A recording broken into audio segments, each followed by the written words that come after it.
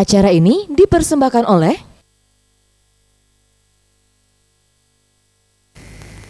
Masih di Jendela pemirsa, masih bersama Dr. Ruli Pola Pasaribu SPPD KP Finasim dari Rumah Sakit Siti Hadijah Palembang. Masih membahas memakai masker dapat mencegah COVID-19. Untuk pemirsa di rumah yang ingin berinteraktif masih bisa di 07113646666 atau di 364111. Baik, dokter, kalau untuk perkembangan COVID-19 sendiri yang ada di Kota Palembang itu bagaimana, dokter? Kalau akhir-akhir ini kita menyadari itu bahwa jumlah kasus yang kita dapatin itu meningkat dari dibandingkan katakanlah 2 minggu yang lalu atau 1 bulan yang lalu gitu ya. Kalau kita melihat ke sini dari melihat bahwa COVID ini adalah mempunyai masa inkubasi bisa sampai 14 hari, artinya sekarang ini adalah cerminan kejadian kira-kira 2 minggu sampai 1 bulan yang lalu gitu ya. Memang benar bahwa 2 minggu atau 1 bulan yang lalu kan kita ada libur panjang, ada banyak sedikit menjadi lengah lah ya, sehingga sekarang ini kita temukan adalah buah karya kita 2 minggu atau 1 bulan yang lalu, di mana kita menemukan sekarang secara nyata kami merasakan di Rumah Sakit Siti Hadijah Dr. Maya itu peningkatan jumlah pasien. Bahkan pernah beberapa waktu kemarin tempat tidur satu pasien itu sudah ada penuh, sudah ada yang menantikannya gitu ya. Pasien belum keluar aja sudah ada yang nunggu gitu loh untuk di ruang isolasi COVID kita. Sampai seperti itu. Berarti sekarang. Kalau untuk sekarang memang meningkat ya, dokter ya? Iya, kita rasakan memang seperti itu. Untuk di Rumah Sakit Siti Hadijah sendiri merasakan memang peningkatan terus bertambah. Ini bagaimana, dok? Mungkin apakah karena tadi banyak yang lalai tidak menggunakan masker atau mencuci tangan dan juga menjaga jarak tadi, dokter? Kecurigaan kita seperti itu memang ya. Karena yang kita temukan sekarang ini justru yang datang ke rumah sakit kita itu pasien-pasien yang usia lanjut.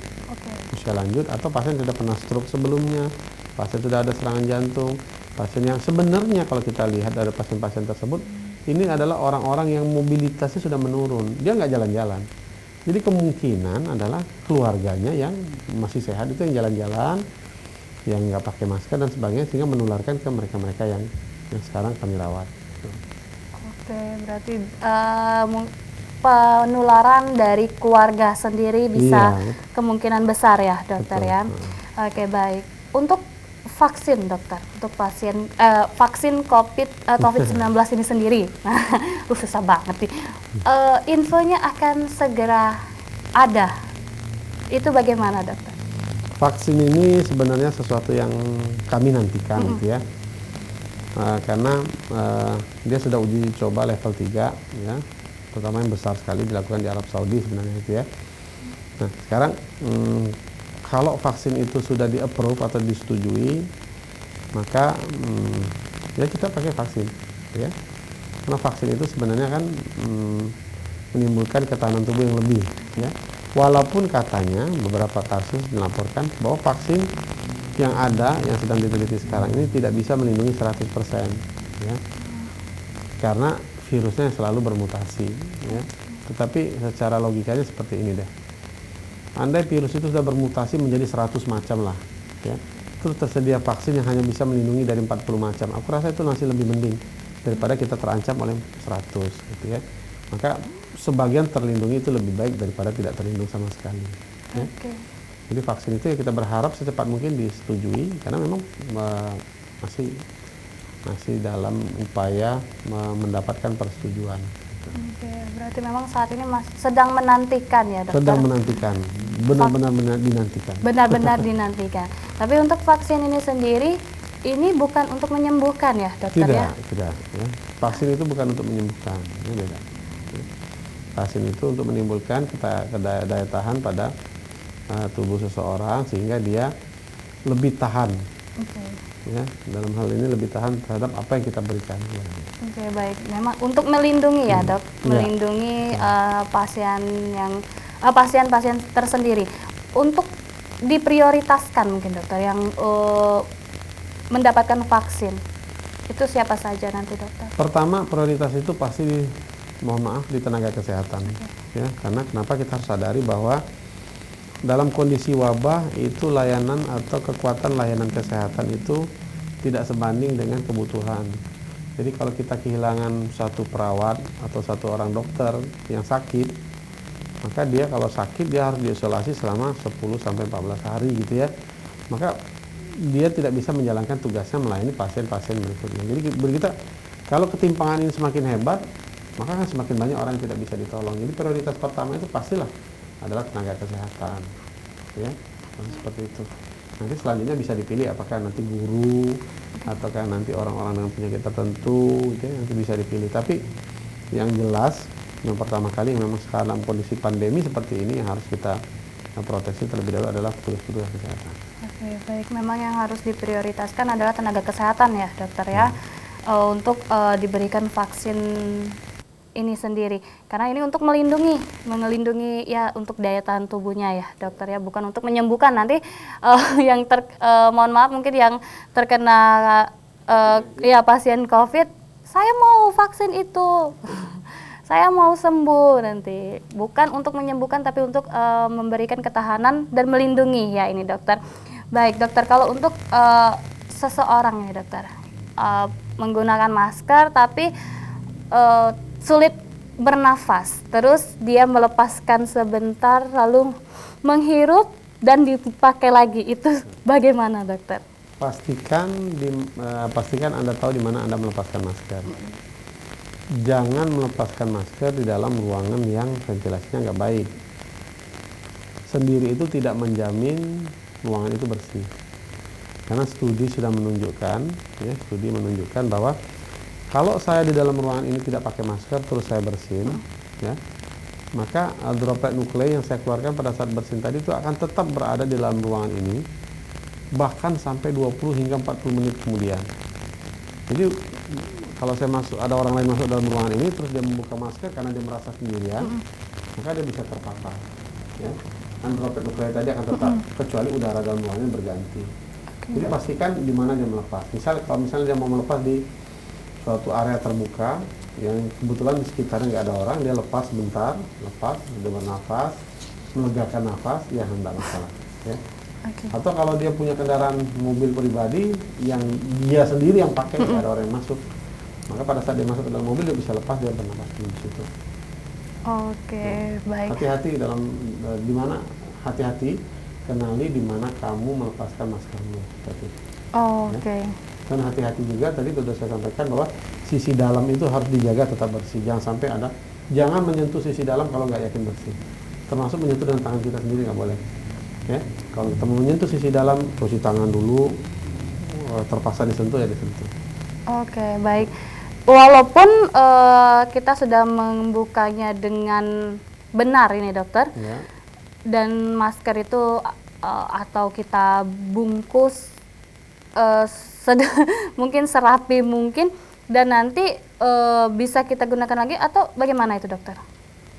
Lihat kondisi maskernya, balik lagi kondisi masker.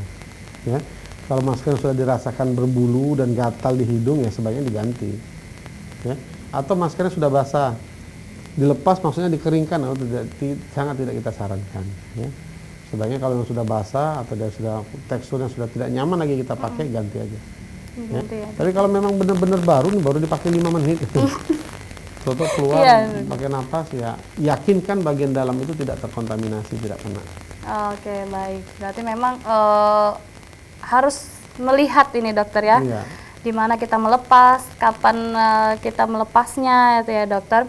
Kalau untuk masker sendiri, ini kan memang sangat takut ya dokter ya, kita ditaruh nanti kotor, tidak ya kita sulit bernapas dipakai. Kalau untuk penggunaan masker, ada yang masker sekarang kan bermacam-macam dok. Ada masker yang kapan kita berbicara itu turun-turun. Nah itu bagaimana dok? Maksudnya turun sendiri gitu dok. Bukan karena mohon maaf nggak ada hidung ya dok. Tapi memang atau mungkin tidak terlalu erat mungkin dokter. Itu gimana dok? Jadi biasanya itu kita temukan pada penggunaan masker kain, karena dia nggak ada nose clipnya, ya, ada penjepit hidung. Kalau yang menggunakan masker bedah Karena semua masker bedah itu ada kawat penutup hidung, jadi dia akan menahan posisinya untuk tetap di situ. Oke. Tapi kalau yang katanya tadi apa yang nggak punya hidung ya? Aduh, ini marah semua nanti dokter. Pemirsa. Kalau memang ada kasus seperti itu kan dia ada dua ikatan ya, ikatan yang di atas sama ikatan di bawah. Iya. Maka yang di atas itu dipasang agak sedikit lebih tinggi, jadi di atas kepala, sehingga dia menahan turunnya masker. Oh ya, oke, baik. Dok, kalau untuk penggunaan masker itu pada saat mungkin kita bersin ini dokter, karena kan ada ya mungkin percikan-percikan air di dalam masker kita.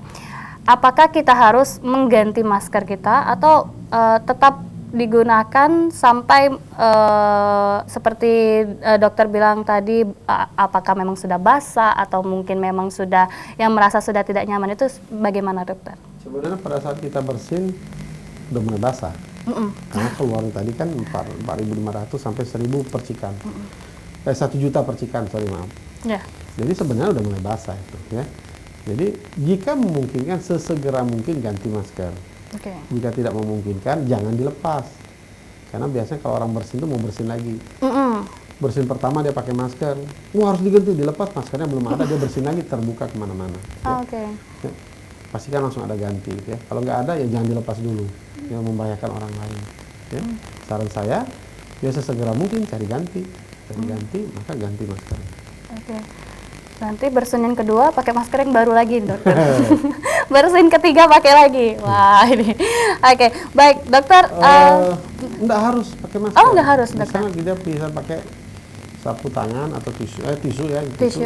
Dengan cara kalau etika bersin itu kita dipegang dengan 2 tangan, gitu ya. Oke. Dengan 2 tangan, menutup mulut dan hidung bersin, ya.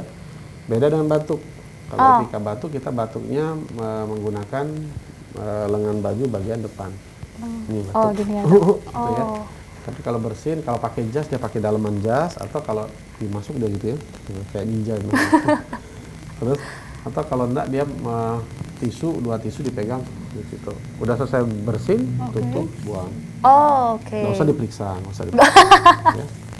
Udah basah terus nggak usah diperiksa. Oh, oke. Berarti untuk bersin sendiri menggunakan tisu. Ya. Bersin. Oke, baik. Wah, dapat lagi nih ilmu bersin. Udah beres bersinnya, ini kayaknya udah tenang nih, dapat pakai masker baru. Oke. Oke, baik. Dokter, sedikit ada pesan-pesan yang bisa disampaikan untuk pemirsa Jendela di Rumah yang perihal penggunaan masker di masa pandemi seperti ini, dokter. Boleh silakan, dokter. Terima kasih. Sebenarnya gini, sederhana aja. Masker itu efektif, ya. Masker itu sangat efektif untuk mencegah penularan COVID. Masker itu tidak memerlukan keahlian khusus dalam mengenakannya. Tinggal pasang, cukup menutup hidung dan cukup menutup mulut dan hidung sampai ke dagu, ya. Kemudian kalau dia yang masker bedah sudah ada nose clipnya, itu nose clipnya dipasang dengan baik. Jadi tidak ada keahlian khusus, tidak perlu dipelajari secara khusus, ya. Semua orang bisa mengenakan masker dan itu efektif. Efektif untuk mencegah penularan, efektif juga untuk dan tidak terlalu mengganggu untuk dilakukan sehari-hari, ya. Jadi pesan saya kepada masyarakat, pakailah masker, ya. Pakailah masker jika memungkinkan masker bedah. Jika tidak memungkinkan masker kain, tapi yang minimal 2 lapis.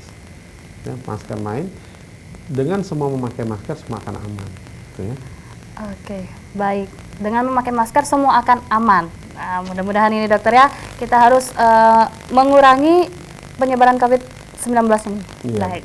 Dokter Ruli Paula Pasaribu, SPPD KP Finasim, terima kasih banyak, dokter, dari Rumah Sakit Siti Khadijah Palembang, dokter, yang sudah berbagi informasinya pada malam hari ini. Aduh. Baik, pemirsa, untuk mencegah penyebaran COVID-19, ingat pesan Ibu dengan selalu terapkan 3M, memakai masker, mencuci tangan, dan menjaga jarak. Dengan penerapan perilaku 3M, Indonesia segera terbebas virus corona menuju Sumsel bangkit, Sumsel adaptasi kebiasaan baru, Indonesia maju. Pemirsa, demikian dialog kesehatan di program Jendela pada malam hari ini. Banyak sekali informasi mengenai kesehatan yang bisa pemirsa dapatkan karena kami akan menghadirkan narasumber yang ahli di bidang